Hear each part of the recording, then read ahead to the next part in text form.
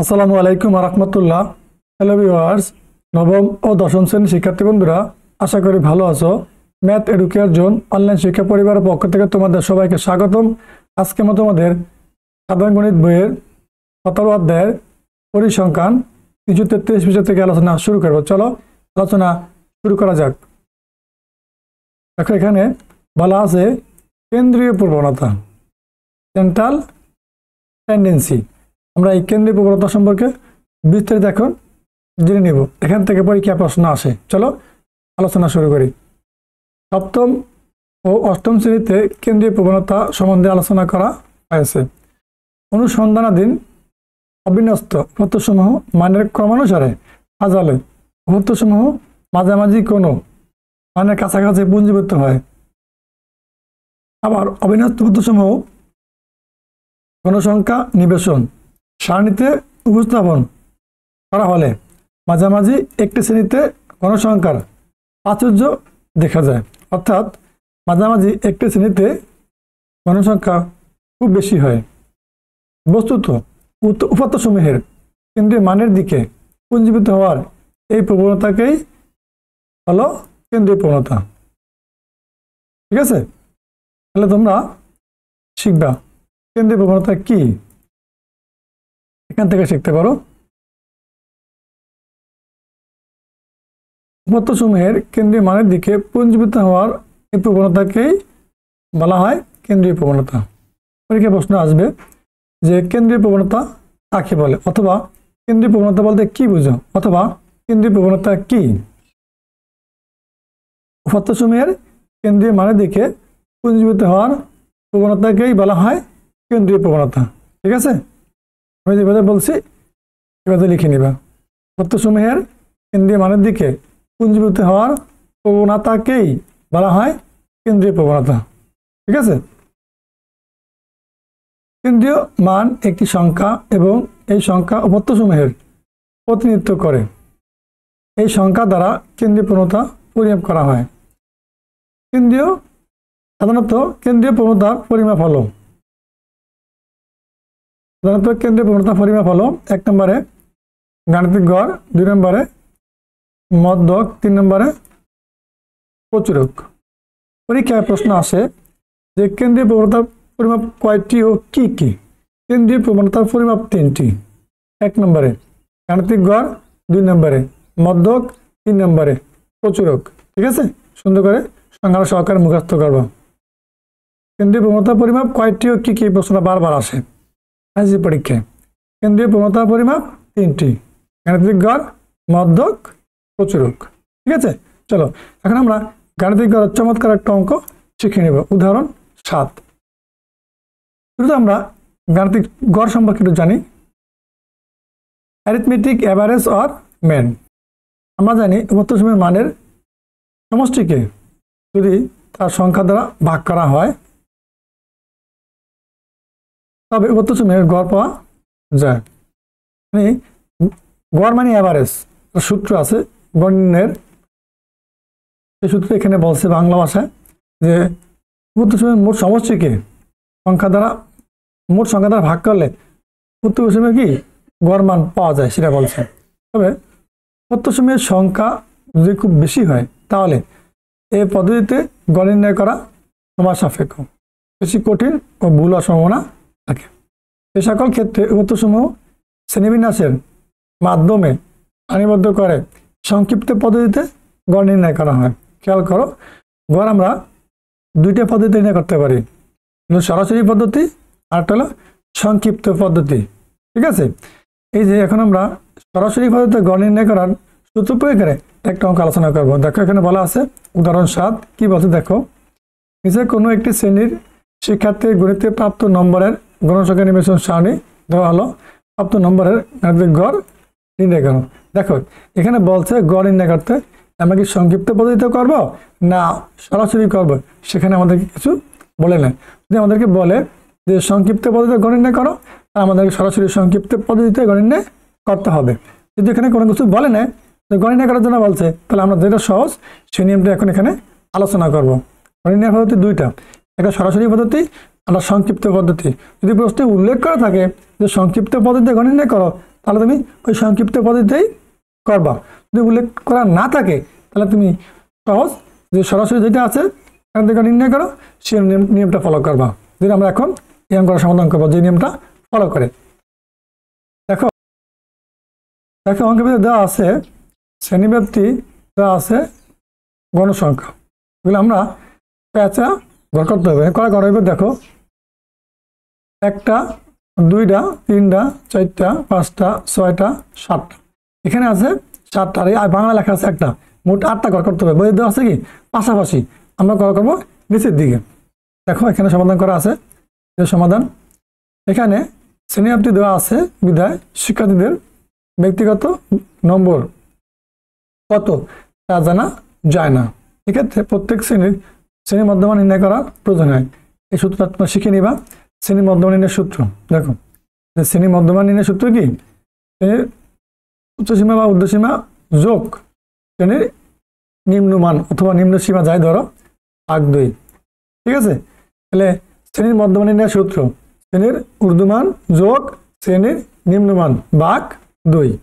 ঠিক আছে, মানে এই যে শ্রেণীব্যাপ্তি যে মানটা দেওয়া আছে না, এই 25 থেকে 34, এই যে এই 25 যোগ 34, এই 25 আর 34 যোগ করে 2 দিয়ে ভাগ করলেই তুমি কি শ্রেণী মধ্যমানটা পেয়ে যাবা। এখানে বলছে শ্রেণী মধ্যমান নির্ণয়ের সূত্র, এটা মুখস্থ করে রাখবা। শ্রেণীর ঊর্ধ্বমান যোগ শ্রেণীর নিম্নমান ভাগ 2, এটা কিন্তু কি মধ্য নির্ণয়ের সূত্র। যদি শ্রেণী মধ্যমান xi, যেখানে i সমান সমান 1 থেকে k পর্যন্ত হয়, তবে মধ্যমান সংবলিত সারণী হবে নিম্নরূপ। দেখো তুমি যদি গণনা করতে বলে, এখানে আমরা সরাসরি পদ্ধতিতে গণনা করব, আর সংক্ষিপ্ত পদ্ধতিতে গণনা করার সূত্র আলাদা। আমরা যদি সরাসরি পদ্ধতিতে গণনা করতে চাই তাহলে আমাদেরকে এই নিয়মটা ভালো করতে হবে। প্রথমে শ্রেণীব্যাপ্তি চাচ্ছে আমরা এই প্রশ্ন থেকে লিখবো। দেখো এই যে ঘরটা শ্রেণীব্যাপ্তির ঘর, উপরের ঘরটা, এই যে উপরের ঘরটা কি প্রত্যেকটা শ্রেণীব্যাপ্তির ঘর, শ্রেণীব্যাপ্তির ঘর লিখছি। এখন এই মানগুলো নিচের দিকে আছে, আমরা লিখে আছে বসাই দেবে এই মানগুলো। ঠিক আছে, গেল শ্রেণী মধ্যমান। আসো এই যে শ্রেণী মধ্যমান লাগছে, এই শ্রেণী মধ্যমান কি দ্বারা প্রকাশ করে খেয়াল করো, শ্রেণী মধ্যমানকে xi দ্বারা প্রকাশ করে। এই যে ঠিক আছে, শ্রেণী মধ্যমানকে কি করে xi দ্বারা প্রকাশ করা হয়। এখন এই শ্রেণী মধ্যমান বাই করছে কিভাবে, এটা আমাদের জানতে হবে। দেখো এই যে সূত্রটা এখানে আছে, আমরা শ্রেণীর ঊর্ধ্বমান যোগ শ্রেণীর নিম্নমান ভাগ 2, মানে কি যেটা শ্রেণীব্যাপ্তি আছে না, এই যে শ্রেণীব্যাপ্তির এই মানটাকে আমরা এখন এখানে আছে কত 25, এখানে কত 34, এই দুটো যোগ করবা, ক্যালকুলেটারে যোগ করবা। 25 যোগ করা যে মানটা আসে সেই মানটাকে 2 দ্বারা ভাগ করবা। এই যে এই 2 দ্বারা ভাগ করবা, একবার ইকুয়াল দিলে মানে সমান সমান চাপ দিলে এই 29.5 চলে আসবে। একইভাবে এই মান দ্বারা যোগ করবা, 2 দ্বারা ভাগ করবা, 39.5 চলে আসবে। এই মান দ্বারা যোগ করবা, তারপরে 2 দ্বারা ভাগ করবা, 49.5 চলে আসবে। এখন দেখো তুমি যদি দুইটা একটা বের করতে পারো, তারপরে এখানে শ্রেণী ব্যবধান যা হবে, শ্রেণী ব্যবধান যা হবে সেই ব্যবধান কি করলে অঙ্কটা হয়ে যাবে। দেখো এই যে 25 থেকে 34, 25 সহকারে গুণবা, 25 থেকে 34 পর্যন্ত কিন্তু আমার 10 আছে শ্রেণী ব্যবধান। 25 থেকে 34, 25 সহকারে গুণবা, দেখবা নাকি 34 পর্যন্ত কি 25 থেকে 34 পর্যন্ত এখানে 10 আছে, এই শ্রেণী ব্যবধান 10। দেখো প্রথমে 29.5, 39.5, 49.5, দেখো 10 ব্যবধানে আছে 59.5। তুমি দুইটা লেখার পরে এখানে শ্রেণী ব্যবধান যা সেই ব্যবধানটা রেখে লিখে দিলেই হবে, অথবা তুমি যদি যোগ করে ভাগ করো, প্রত্যেকটা একই রেজাল্ট চলে আসবে। ঠিক আছে, শ্রেণী মধ্যমানের সূত্র কি এই সবগুলো, মানে কি শ্রেণীর যে মানে শ্রেণীর ঊর্ধ্বমান যোগ শ্রেণীর নিম্নমান ভাগ 2, অথবা তুমি আরো সংক্ষেপে করতে পারো যে এই যে এই 25 যোগ 34, মানে শ্রেণীতে যে মানটা দেওয়া থাকবে এই নিম্ন সীমা যোগ উচ্চ সীমা ভাগ 2, এটা একই কথা। ভাগ করে তোমরা এই উত্তরগুলো পেয়ে যাবা, শ্রেণী মধ্যমানটা পেয়ে যাবা। আমার বিশ্বাস যে তোমরা শ্রেণী মধ্যমানটা বুঝতে পারছো। শ্রেণীব্যাপ্তি যে মান দুটো থাকবে নিম্ন সীমা উচ্চ সীমা, এদের যোগ করে এদের ভাগ করলে তোমরা এই শ্রেণী মধ্যমানটা পেয়ে যাবা। আর শ্রেণী মধ্যমানটাকে প্রকাশ করা হয় xi দ্বারা। এখন এখানে দেখো আছে কি গণসংখ্যা, গণসংখ্যার প্রকাশ করে fi দ্বারা। fiটা কোথায় পাবা, দেখো এই যে গণসংখ্যার মানগুলো দেওয়া আছে এখানে। ঠিক আছে, এই গণসংখ্যার প্রকাশ করা হয় fi দ্বারা। এই মানগুলো নিচের দিকে পর্যায়ক্রমে স্টেপে বসায় যাবা। ঠিক আছে, 25 থেকে 34 5, 35 থেকে 44 10, 45 থেকে 54 15, 55 থেকে 66 20, 65 থেকে 74 30, 75 থেকে 84 16, এই 85 থেকে 94 4। দেখো এই যে মানগুলো এই যে 4 এখান থেকে শুধু 4 বসাই দেব, ঠিক আছে। এই যে দেখো 85 থেকে 94 পর্যন্ত কত 4। এবার এটা যোগ করবা, যোগ করলে মানে কোনো সংখ্যা মানে নাম্বার, ঠিক আছে। নাম্বার যোগ করলে কত হইব, এই ব্যাগগুলো মান যোগ করবা, যোগ করলে আসবে 100, ঠিক আছে। এখন এখানে করছে কি দেখো, এই যে এফআই, এই যে এফআই এখানে গুণ দিব, গুণ ওরা গুণ দেয় নাই, সংক্ষেপে লিখে গেছে। এফআই গুণ এই মান দুইটা গুণ করবা, এই এক্স আই কত 29.5, কোন সংখ্যা এফআই কত 5, এই 29.5 কে তুমি যদি 5 দ্বারা গুণ করো তাহলে এই মানটা চলে আসবে। এই যে এফআই এক্সআই লাগছে তো, এটা গুণ আকারে আছে, এফআই গুণ এক্সআই, এই মান দুটা গুণ আকারে আছে, এই এক্সআই এটা আর এফআই ধীরে মান গুণ করলে এটা চলে আসবে, মানে 29.5 গুণ 5 ক্যালকুলেট করবা, গুণ করে দেখবা 147.5 চলে আসবে। পরে আবার এই 39.5 গুণ 10 গুণ করলে 395.5 চলে আসবে। পরবর্তীতে 49.5 গুণ 15 আসবে 742.5, এই 29.5 গুণ 20 করলে আসবে 1190.5, এই যে 69.5 গুণ 30 আসবে কত 2085.5, 79.5 গুণ 16 আসবে 1272.5, 79.5 গুণ 4 আসবে 358.5, ঠিক আছে। গুণ করে এই ঘরে ঘরে লিখে দিবা, এই মানদের এইভাবে প্রত্যেকটা গুণ করে, ঠিক আছে। তারপরে এখন দেখো এখানে এই যে আসছে 6190.0, এই মানটা কিভাবে হয়েছে, এই মানটা এগুলো ব্যাগ যোগ করবা ক্যালকুলেটারে, এরকম পাইছো সবগুলো মান হুবহু চিহ্ন সহকারে এখানে বসাই দেবা, চিহ্ন দিব কি এখানে তো যোগ আছে বুঝে যায়, সবগুলো যোগ করবা, যোগ করলে দেখবা ক্যালকুলেটার যোগ করে দেখবা এই মানটা চলে আসবে কত 6190.0। এখানে লিখতে পারো এবার তোমরা, এই যে এটা বলে সামেশন, লিখছি না, এই সামেশন লিখবো, সামেশন তারপরে এফআই তারপরে এক্সআই সমান সমান দিয়া এবার লিখে দেবা কত 6190, এই 0.0 দিলে হবে না দিলে হবে, এর কোনো এক না, ঠিক আছে। একটা নিয়ম হচ্ছে এই বেজা এখানে লেখে না, সংক্ষেপে লেখছে সামেশন এফআই এক্সআই সমান সমান এই মানটা 6190, ঠিক আছে। আবার দেখো এই যে গাণিতিক গড়, এটা লাগবা গড় সমান সমান সূত্র হচ্ছে এটা, এই মানটা উপরে বইব, এই সামেশন এফআই এক্সআই ভাগ এন, এনটা বলবে এটা নিচে, এই যে অনাকায় লাগছে এই ওয়ান কথার অর্থ হলো কি এই মানটা উপরে, এই মানটা কোথায়, এই মানটা এই ওয়ানের জায়গায় উপরে বসবে, নিচে এন বসবে, ঠিক আছে। মানে এরকম হবে, আমি দেখে দিই তোমরা সে কারেক্ট করে নেবা, সমান সমান দিবা, টান দিবা, এখানে লিখবা সামেশন এফআই এক্সআই নিচে লিখবা এন, ঠিক আছে। তারপরে এই মানটা বসাবো, এই সামেশন এফআই এক্সআই মান কত, এই যে মানটা কত, এই যে এটা 6190, উপরে লিখবা 6190, নিচে এনের মান কত, এই যে এনের মান 100, নিচে লিখবা 100,